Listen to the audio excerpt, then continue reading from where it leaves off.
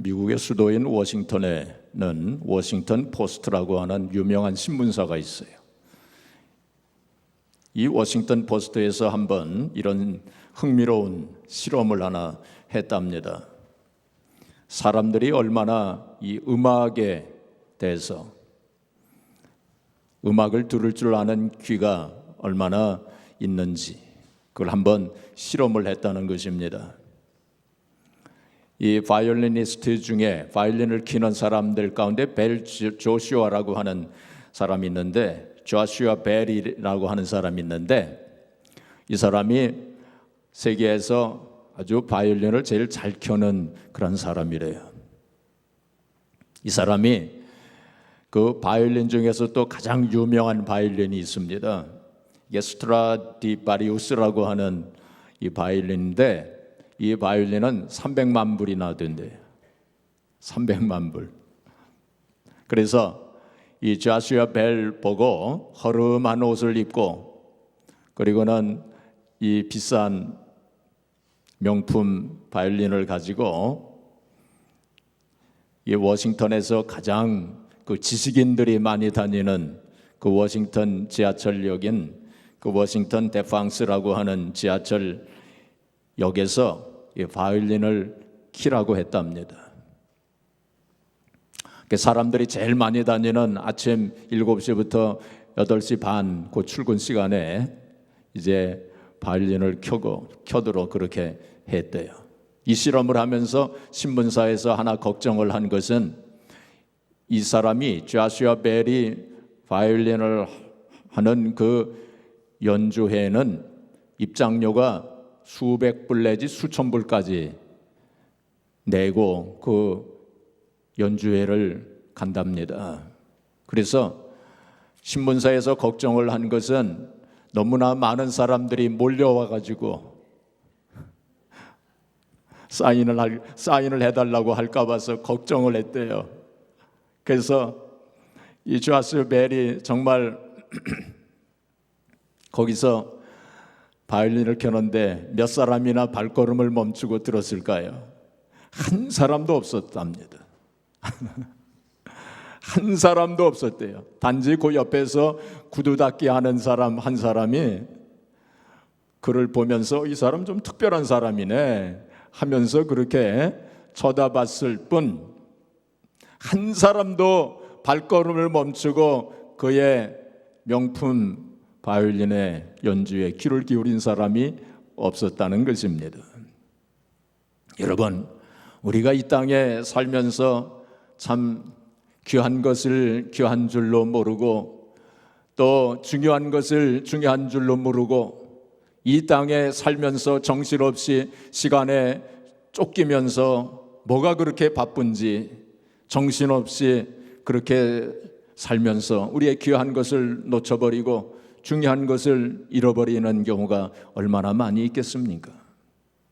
그 중에 하나가 바로 기도예요. 이 기도에 대해서 오늘 다시 한번 생각을 해보려고 합니다. 오늘 본문 말씀은 우리가 요즘에 새벽 기도 때 에스겔서를 같이 상고를 하는데, 엊그제 바로 새벽 기도 시간에 이 본문 말씀 우리 같이 상고한 말씀이에요. 그래서 다시 한번 우리 주일 예배에서 같이 말씀을 같이 나누고자 하는 그런 마음을 가지고 오늘 말씀을 준비를 했습니다. 오늘 본문 말씀은 이스라엘 백성들이 바벨론의 포로 생활을 할 때 일어난 일입니다. 우리가 잘 알고 있는 것처럼 이스라엘 백성들이 범죄하여 하나님의 징계를 받지 않습니까? 그래서 BC 586년에 바벨론이 쳐들어와요. 예루살렘을 쳐들어와서 예루살렘을 정복을 합니다. 성벽은 다 무너졌어요. 그리고 성전까지도, 그 솔로몬 성전입니다. 아름답게 지었던 그 솔로몬 성전이 전부 회파되죠. 완전히 무너지죠. 그 성전에 있는 기구들 바벨론 사람들이 전부 가져갑니다. 그리고 많은 사람들이 바벨론의 포로로 잡혀가요. 포로로 잡혀간 이스라엘 백성들이 바벨론에서 심한 좌절과 절망 속에서, 그리고 슬픔 속에서 아무 소망도 없이 그렇게 살아가고 있을 때에 하나님께서 에스겔 선지자를 통해서 주신 말씀이 바로 오늘 말씀이에요.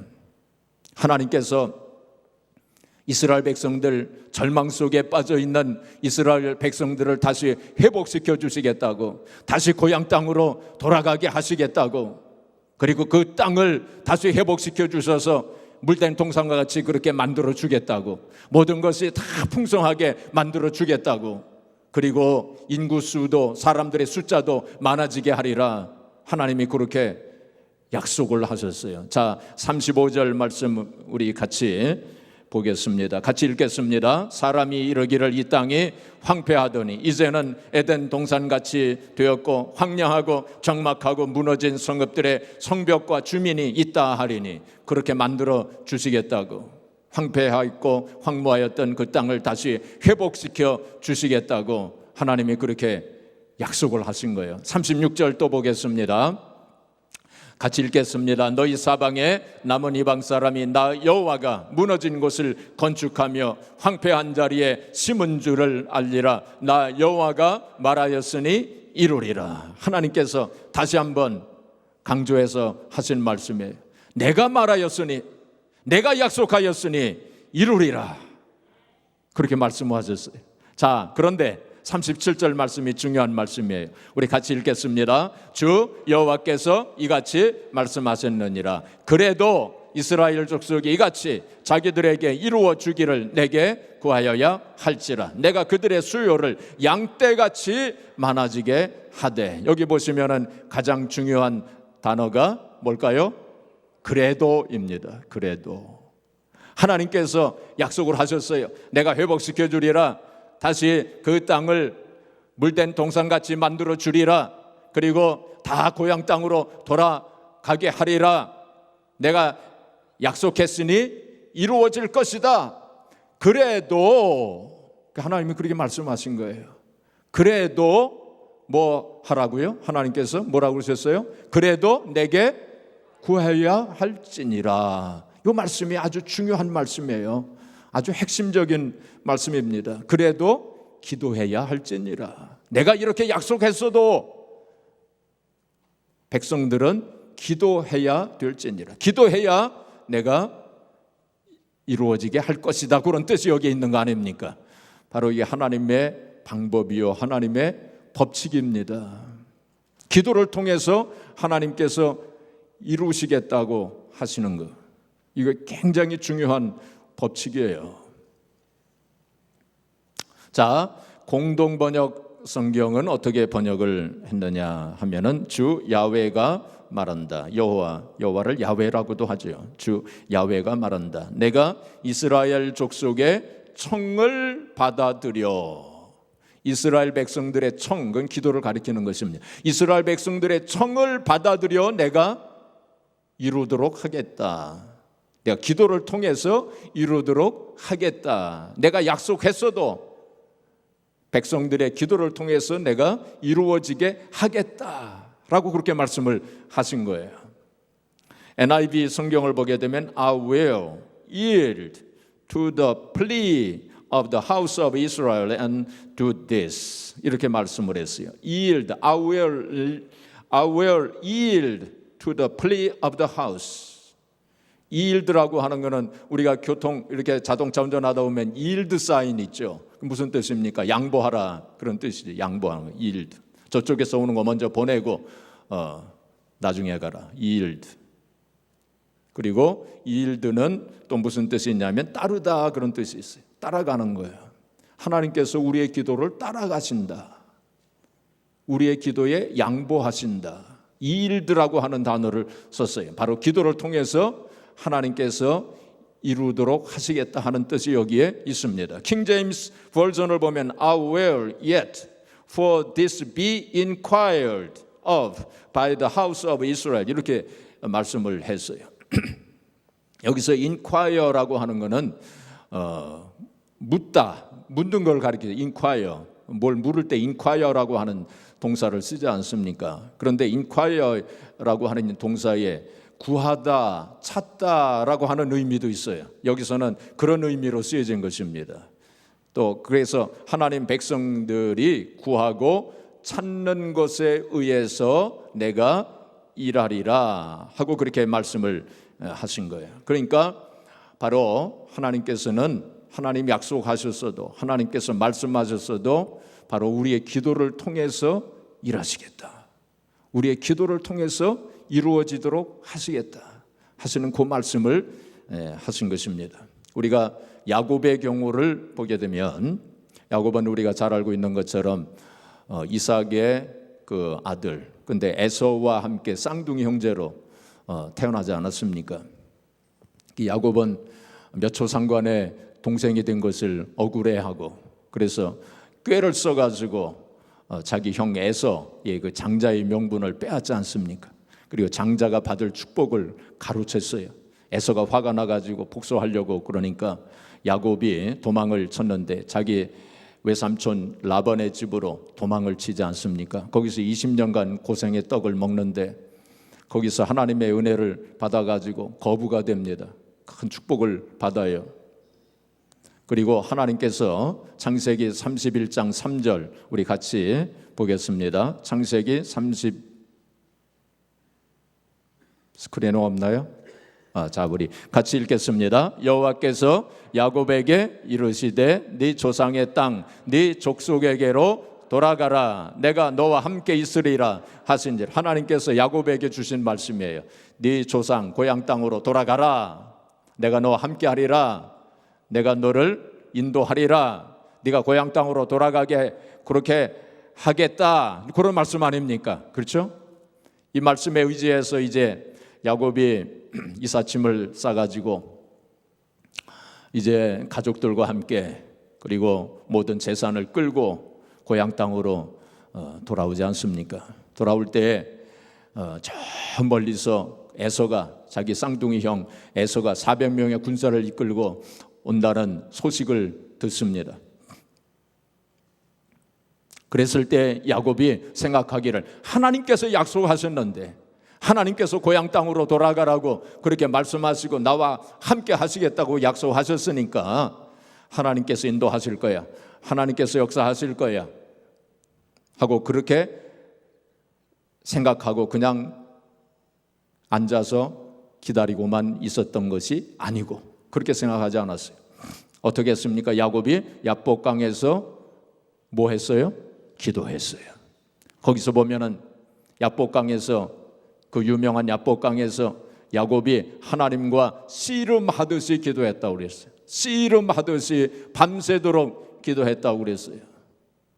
결국 하나님께서 야곱의 그 기도를 응답하셨어요.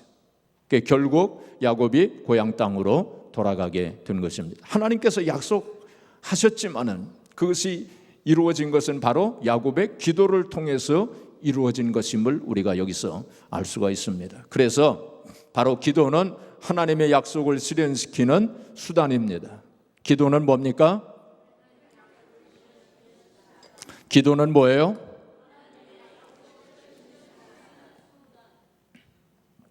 기도는 뭡니까? 끝까지 안 하시는 분들이 계시네요. 기도는 뭡니까? 네, 꼭 기억하시기 바랍니다. 기도는 하나님의 약속을 실현시키는 수단이에요. 그리고 통로예요. 그렇죠? 하나님의 약속의 말씀, 창세기부터 요한계시록까지 32,500가지 약속의 말씀이 여기에 기록이 되어 있어요. 이 하나님의 모든 약속은 바로 우리의 기도를 통해서 성취되어지고 이루어지기를 위하여 기다리고 있는 하나님의 약속의 말씀이에요. 이 약속의 말씀이 우리의 기도를 통해서 이루어지기를 기다리고 있어요. 약속의 말씀이 기다리고 있어요. 바로 기도하는 자에게는 이 하나님 약속의 말씀이 이루어지고 기도하지 않는 자에게는 약속의 말씀이 이루어지지 않는 거예요.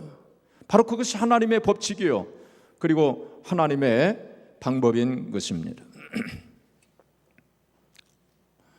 아하방 시대, 아하방 그리고 그 부인이 이세벨이었죠. 아주 악명 높은 아합과 이세벨, 그 나라에 하나님께서 이제 아합과 이세벨이 얼마나 우상을 숭배했습니까?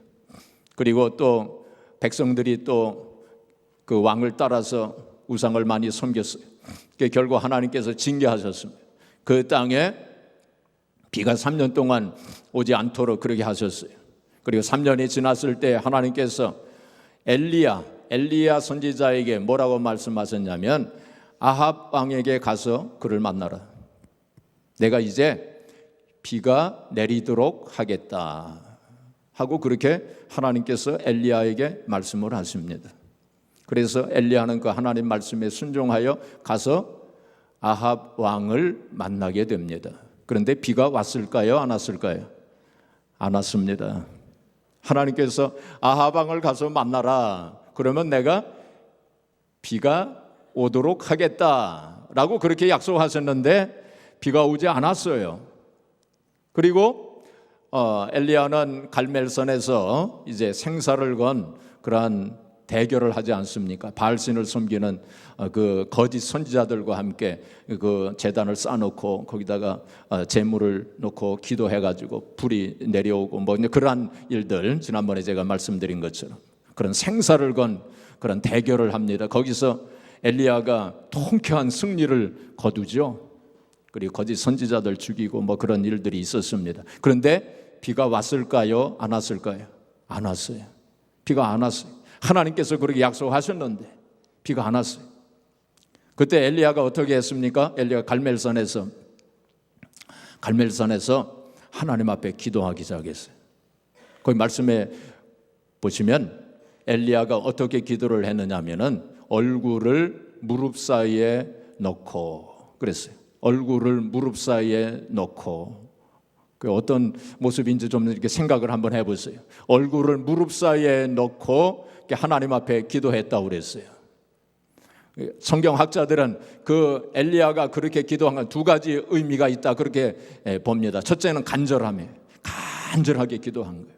간절하게 정말 얼굴을 무릎 사이에 놓고 그렇게 기도를 했어요. 간절하게 기도했어요. 두 번째는 뭐냐면 몰두했다. 엘리야가 하나님 앞에 기도할 때 어떻게 했어요? 몰두했어요. 다른 거 생각하지 않고 다른 거 보지 않고 오직 하나님만 바라보면서 기도하기 위해서 얼굴을 무릎 사이에 넣고 기도했다. 그랬어요. 그리고 간절하게 그렇게 기도한 다음에 사환에게 말하기를 저기 가서 뭐가 보이는가 봐라. 저 바다에 가서 그 바다는 지중해를 가리킵니다. 지중해 그 바다 쪽을 가서 봐라. 하늘에 뭐가 있는가 봐라. 사원이 가서 보니까 아무것도 없어요. 선지자님 아무것도 안 보이는데요. 그러니까 엘리야가 또 기도했어요. 그리고는 사원에게 가서 봐라. 아무것도 없는데요. 그렇게 하기를 7번까지 했다고 그랬습니다. 7번. 7이라고 하는 숫자는 완전 숫자 아닙니까? 성경에서. 끝까지 기도했다는 거예요.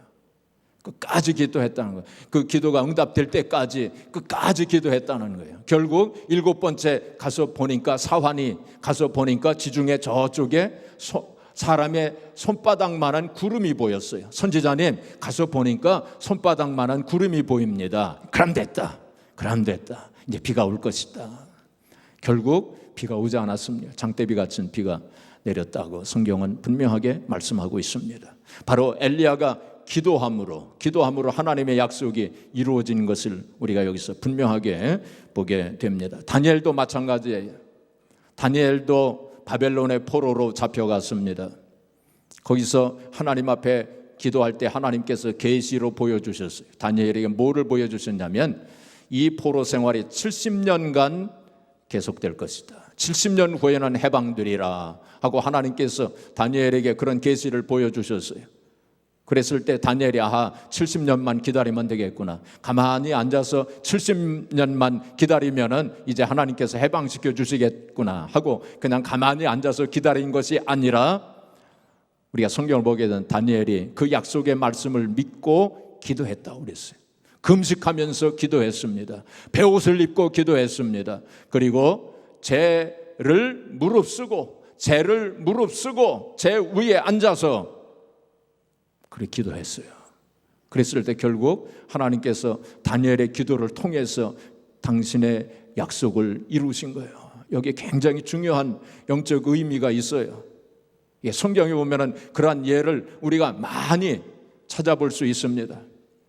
예수님께서 부활 승천하실 때 감람원이라고 하는 곳에서 승천하시지 않았습니까? 그때 500명의 제자들이 거기 모여 있었어요. 500명의 제자들이 예수님께서 승천하시는 장면을 다 목도하였습니다. 그때 예수님께서 승천하시기 직전에 뭐라고 말씀하셨냐면 사도행전 1장 4절 5절 우리 같이 읽겠습니다. 사도와 함께 모이사 그들에게 분부하여 이르시되 예루살렘을 떠나지 말고 내게서 들은 바 아버지께서 약속하신 것을 기다리라.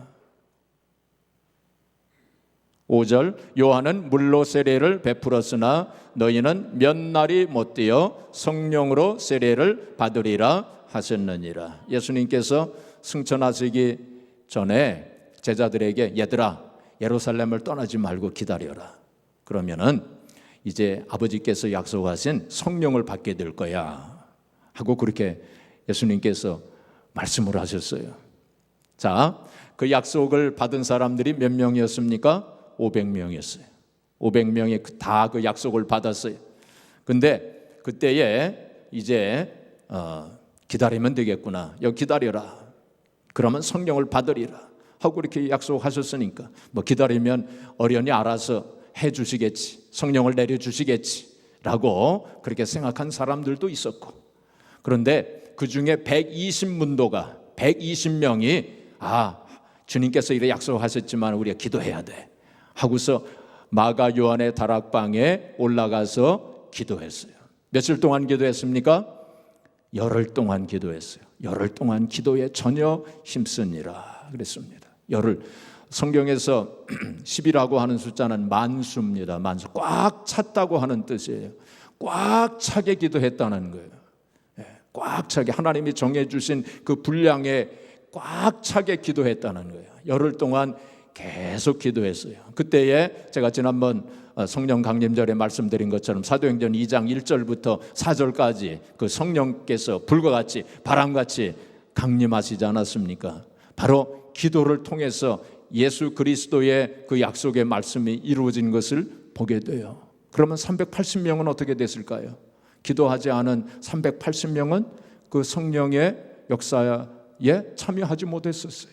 물론 나중에 이제 회개하고 또 나중에 또 기도해가지고 또 성령을 체험한 사람들도 있었겠지만은 처음에 120문도가 바로 그 성령께서 강림하시는 그 현장에 있었던 것을 우리가 보게 됩니다. 바로 기도를 통해서 하나님께서 당신의 그 약속을 이루신다고 하는 것을 우리가 보게 됩니다. 기도를 통해서 하나님께서 우리에게 주신 약속의 말씀, 축복의 말씀, 그리고 승리의 말씀, 승리에 대한 약속의 말씀들이 기도를 통해서 성취되고 이루어진다고 하는 거 우리가 분명히 깨달아야 됩니다. 마태복음 7장 7절 그리고 8절에 보시면은 기도의 가장 대표적인 말씀이 나오지 않습니까? 예수님께서 말씀하시기를 구하라 주실 것이요, 찾으라 찾을 것이요, 문을 두드려 열릴 것이요, 구하는 자가 받을 것이요, 찾는 자가 찾을 것이요, 문을 두드리는 자에게 열릴 것이라 하고 그렇게 삼중적으로 이제 말씀을 이제 하셨는데, 이것을 다른 말로 좀 바꾸어 말하면 어떤 말씀이 됩니까? 구하지 아니하면 받지 못할 것이요, 찾지 아니하면 찾지 못할 것이요, 문을 두드리지 아니하면 열리지 않을 것이니라. 바로 그런 말씀 아닙니까? 그러니까 하나님께서 이렇게 성경에 또 우리들에게 약속하신 모든 말씀, 축복의 약속의 그러한 말씀들이 기도하지 아니하면 이루어지지 않는다. 그것을 우리에게 말씀하시고 있는 것입니다. 그래서 성경에 1000번씩이나 성경에 창세기부터 요한계시록까지 기도에 대한 말씀이 1000번씩이나 나와요. 1000번씩이나 우리들에게 그 말씀을 하신 것입니다. 스펄전 목사님은 이렇게 말했어요. 사람이 기도하지 않고 이룬 것은 그것으로 말미암아 망한다 그랬어요. 사람이 기도하지 않고 이루어진 것은 그것으로 인하여 망한다 그랬어요. 우리가 기도하지 않고 이루어진 거, 기도하지 않고 어떤 물질이 또 생겼다든지 어떤 권세를 가지게 됐다든지 명예를 가지게 됐다든지 세상에 성공하겠다든지 그거 진정한 축복이 아니라는 거예요. 그것 때문에 오히려 해롭게 될 수도 있다는 거예요. 그것 때문에 망하게 될 수도 있다는 거예요. 하나님의 방법은 바로 기도를 통해서 우리에게 진정한 축복을 주시는 것이 하나님의 방법이 하나님의 법칙입니다. 여러분들이 아마 그 김하중 장로님에 관해서 아마 다 들으셨을 거예요. 김하중 장로님, 그분이 쓴 하나님의 대사라고 하는 책 아마 여러분들이 대부분 읽어보셨을 거예요. 1권부터 3권까지 나와 있습니다. 아직 읽어보시지 않으신 분들은 꼭 그분의 그 책을 읽어보시기를 바랍니다. 제게 그 책이 있으니까 원하시는 분이 있으면 저한테 말씀을 해주세요. 제가 빌려드릴 테니까. 그 하나님의 대사라고 하는 책을 꼭 읽어보세요. 이분은 주중 대사로, 중국 대사로 일하신 분입니다. 그런데 우리 정부 수립 이후에 최장수 대사이셨어요. 6년 반인가 그렇게 대사들이 자꾸 바뀌잖아요. 근데 이분은 중국 대사로 6년 반이나 봉직을 하신 분이십니다. 나중에 통일부 장관도 하시고 청와대 안보수석까지 그렇게 지내셨던 그런 분이신데 이분이 간증에 참 놀라운 간증이 있습니다. 이분은 어렸을 적에 그 어머니가 잘 믿으시는 분이셨고 기도를 많이 하시는 그런 분이셨답니다. 그 어머니가 새벽마다 그렇게 기도를 하시는데 자기가 막내 아들이었대요. 자기가 자는 방 앞에서 그 문 앞에서 그렇게 엎드려서 그 기도를 하셨대요. 그래가지고 자기가 화장실 가고 싶어도 어머니가 엎드려서 그 기도하고 계셨기 때문에 그거를 기다린 적이 여러 번 있었다고 그렇게 얘기를 합니다. 이 어머니가 식사 기도를 한번 하게 되면 온 집안 식구들 전부 이름 불러가면서 기도를 해가지고 기도가 다 끝나게 되면 음식이 다 식은 적이 여러 번 있었다고. 그래서 자기가 어릴 적에 신앙생활을 했는데 고등학교 가가지고 조금 그것이 좀 식어졌대요. 그리고 대학에 들어가서 세상물을 먹으면서 자기 생각이 이상하게 돼가지고 그 교회를 다니지 않았답니다. 근데 그때마다 그 어머니가 자기에게 뭐라고 얘기를 했냐면은 나는 너에 대하여 걱정하지 않는다. 너는 크게 믿을 사람이다. 하고 그렇게 늘 말씀을 하셨답니다. 나중에 결혼을 했는데 이 부인도 믿지 않는 사람하고 결혼을 했어요. 근데 이 어머니가 늘 주일날만 되면 며느리 손을 붙잡고 끌고 가듯이 그 교회를 데리고 갔답니다. 며느리가 아들은 놔두고 자기만 데려간다고. 그래서 그 남편에게 그런 불평도 하고 그랬답니다. 근데 결국 며느리가 먼저 믿은 거예요. 며느리가 잘 믿는 사람이 됐어요. 그리고 자녀들도 다 믿는 사람이 됐어요.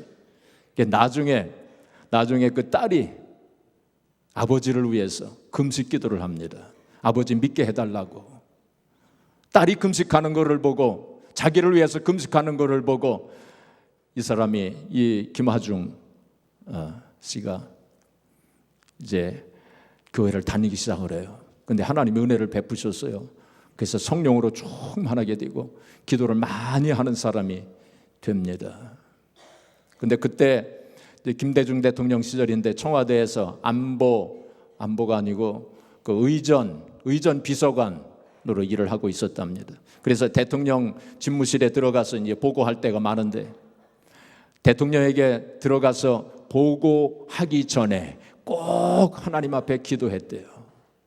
하나님 앞에 꼭 기도하고 들어갔답니다. 느헤미야, 우리 성경에 보면 느헤미야가 그 왕에게 나아갈 때마다 꼭 이렇게 기도하는 그거를 생각을 하고 대통령에게 나아가기 전에 꼭 기도하고 들어갔답니다.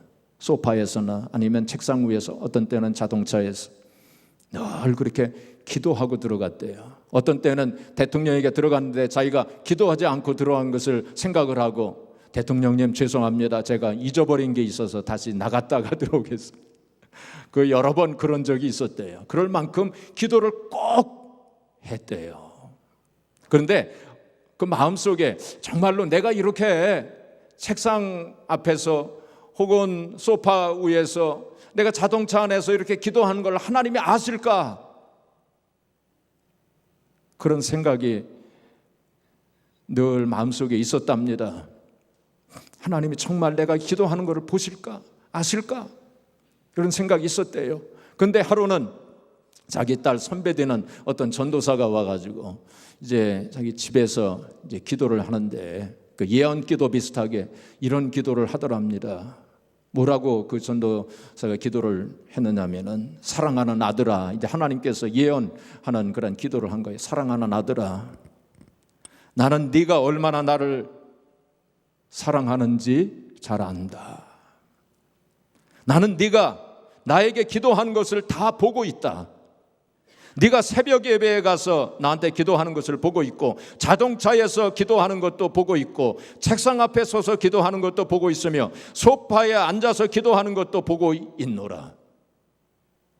또 어떤 때는 네가 빈 방에 들어가 서서 기도하는 것도 내가 다 보고 있노라. 아들아, 나는 너를 정말로 사랑한다. 그런 기도를 하더랍니다. 그 너무나도 충격과 함께 감동을 받은 거예요. 자기는 한 번도 내가 그렇게 기도한다는 것을 누구에게 얘기한 적이 없는데, 그 전도사가 알 턱이 없는데 하나님께서 알고 계시는 거예요. 네가 기도하는 것을 내가 다 보았노라. 내가 알았노라. 네가 책상에서 책상 앞에서 소파 위에서 기도하는 거 내가 다 보고 있었노라. 그래가지고 이분이 거기서 큰 감동을 받아요. 그래가지고 막 콧물 눈물이 막 쏟아져 나오는 거예요. 통곡을 한 거예요. 거기서. 그래가지고 그 티슈 티슈 한 통을 다 썼대요. 이제 그렇게 고백을 합니다. 그리고 그 이후에 이제 더 기도하는 그러한 사람이 되었는데, 하나님께서 이 사람이 중국 대사가 되기 전에 미리 준비를 시키셨는데, 중국 사람들 가운데 정치인들 수십 명을 하나님이 정해 주시더래요. 이 사람들을 위해서 기도해라. 앞으로 이 사람들이 중요한 일을 하게 될 것이다. 중국 대사로 가기 전에 하나님께서 그런 준비를 시키신 거예요. 수십 명 그 중국 사람들을 정해 주시더랍니다. 그래서 이 사람들을 위해서 계속 기도했대요. 어떤 사람은 10,000번을 기도했답니다. 10,000번을 기도했대요. 어떤 사람은. 제가 계산을 해봤어요. 10,000번을 기도하려면 얼마나 걸리는가. 하루에 한 번씩 기도했다고 할 것 같으면 30년이 걸리더라고요. 30년. 하루에 3번 기도하면 10년이 걸리더라고요. 여러분 자녀들 위해서 10,000번 기도하셨어요? 근데 놀랍게도 이 사람들, 기도한 사람들이 나중에 자기가 중국 대사로 갔을 때 보니까 전부 중요한 위치에 가 있더래요. 참 놀라운 하나님의 역사예요. 하나님 그런 분이십니다. 사랑하는 성도 여러분, 하나님 다 보고 계셔요. 우리가 기도할 때 안 보시는 것 같지만은 불꽃 같은 눈으로 다 보시고 계십니다. 여러분들이 새벽에 나와서 기도하는 거, 또 금요일날 다락방 기도회로 나와서 기도하시는 거, 또 집에서 기도하시는 거, 자동차 안에서 기도하시는 거, 부엌에서 기도하시는 거, 하나님 안 보시는 것 같지만 다 보시고 계셔요. 자, 우리 이사야서 38장 5절 같이 읽겠습니다. 너는 가서 히스기야에게 이르기를 네 조상 다윗의 하나님 여호와께서 이같이 말씀하시기를 내가 네 기도를 들었고 네 눈물을 보았노라. 내가 네 소원에 15년을 더하고. 제가 지난 다락방 기도회 때 이 말씀을 우리 같이 상고한 말씀이죠. 히스기야가 병에 걸려가 죽을 병에 걸려가지고 하나님 앞에 기도할 때 벽을 향하여 기도했다고 그랬어요. 통곡하면서 기도했다고 그랬어요. 그때 하나님께서 이사야 선지자를 통해서 내가 네 기도를 들었고 네 눈물을 보았노라. 하나님께서 다 보시고 계신 거예요. 히스기야가 기도하였을 때 하나님이 다 보신 거예요. 하나님은 어제나 오늘이나 영원토록 동일하신 분이십니다. 히스기야의 기도를 들으시고 그 눈물을 보신 하나님께서는 우리가 기도할 때에도 하나님 들으시고 우리의 눈물을 보시는 분이세요. 제가 한마디만 더 하고 이제 말씀을 마치겠습니다. 오늘 이 아침에 여러분들을 조금 더 유식한 분으로 만들어 드리겠습니다. 뭐냐면 제가 금일날 엊그제도 말씀을 드렸지만 줄탁동시라고 하는 말이 있어요. 줄탁동시. 줄탁동시. 아마 여러분들이 모르실 거예요. 줄탁동시. 이 사자성어입니다.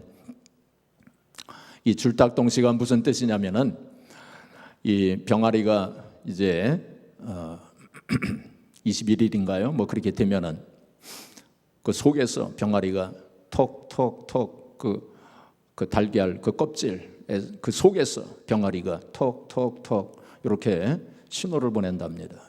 그러면 어미 닭이 어떻게 하냐면 그 소리를 듣고 밖에서 어미 닭이 막 부리로 쪼아가지고 그를 달걀 껍질을 깨트린대요. 그럼 병아리가 그 안에서 나오는 거예요. 이게 줄탁동시입니다. 그게 동시에 이루어져야 되는 거예요. 기도는 그와 같은 것입니다. 바로 우리가 바로 신호를 보내는 거예요. 하나님 앞에 톡톡톡. 그러면 하나님께서 들으시고 얘가 신호를 보내는구나. 그리고 하나님이 역사하시는 거예요. 예? 할렐루야.